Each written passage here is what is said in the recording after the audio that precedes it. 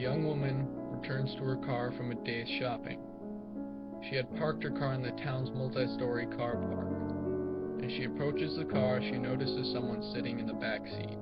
She cautiously checks the registration plate to see if it is indeed her car, as it is a popular model and color. The car is indeed hers, and as she gets closer, she sees that it's an old woman sitting in the back seat. She asks the woman how and why she is sitting in her car. The old woman replies that she had been shopping with her son and family, but felt unwell and returned to the car to rest. She had obviously had mistaken the young woman's car for her son's, as it was the same model and color. The old woman then asks to be driven to the hospital, as she is still feeling unwell. The young woman agrees. As she gets into the driver's seat, something makes her very nervous about the situation. She asks the old woman if she is feeling well enough to direct her as she reserves the car out of the parking place. The old woman agrees, gets out of the car, and proceeds to direct the reversing maneuver. As soon as the young woman has the car out of the parking space, she speeds out of the car park, leaving the old woman stranded. She then drives straight to the nearest police station and reports the incident. A police officer then searched the car and found an axe concealed under the driver's seat. The young woman had had a lucky escape.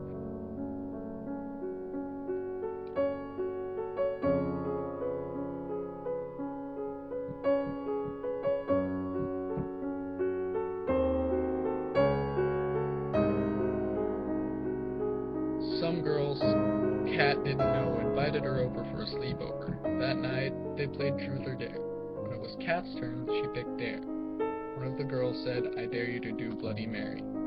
Kat accepted, thinking, this is just a simple, careless prank, and nothing's really gonna happen. They gave Kat a lit candle and pushed her into the bathroom. Kat spun around 3 times and said, "Bloody Mary, Bloody Mary, Bloody Mary." Nothing happened. She walked to the door. Before she could reach it, her only light blew out. She banged on the door, begging the girls to open it, but they just laughed. She backed up against the door. The sink and bath started to run. It poured out thick blood. It soon was overflowing onto the floor. Kat screamed a blood-curdling scream. The Bloody Mary rose from the water and crawled out. When she reached Kat, she slit her throat and dragged her back to the bath. The next morning, the girls checked on her. When they saw her, their screams could be heard for miles.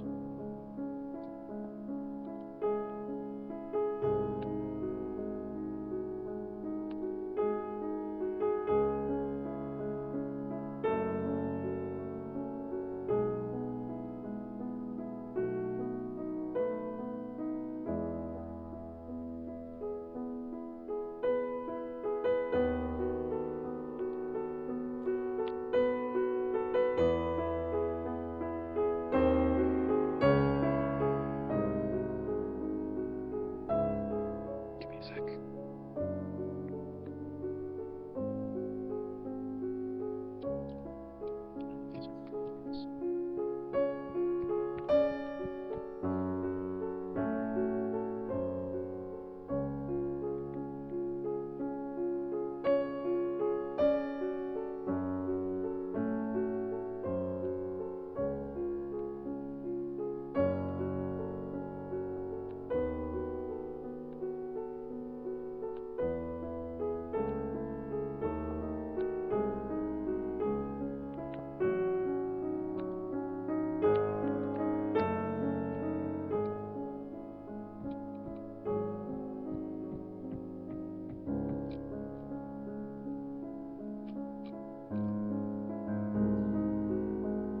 Nope, it's real.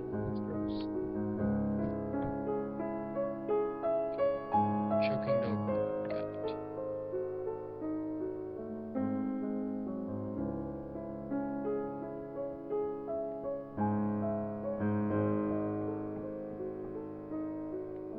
My cousin and his wife lived in Sydney with his huge Doberman in a little apartment off Marlborough Road.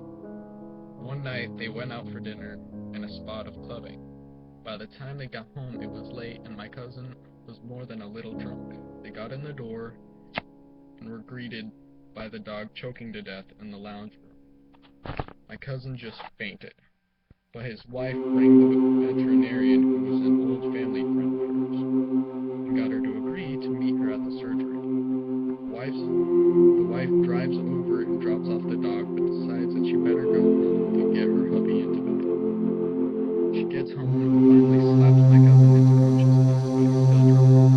It takes her almost half an hour to get him up the stairs, and tempted to just leave it, but she decided that it was being they wouldn't be around that late at night. So she picks up the phone and she hears a voice screaming out, the vet's voice screaming out, "Thank God I got home. Leave the house now. No time to explain."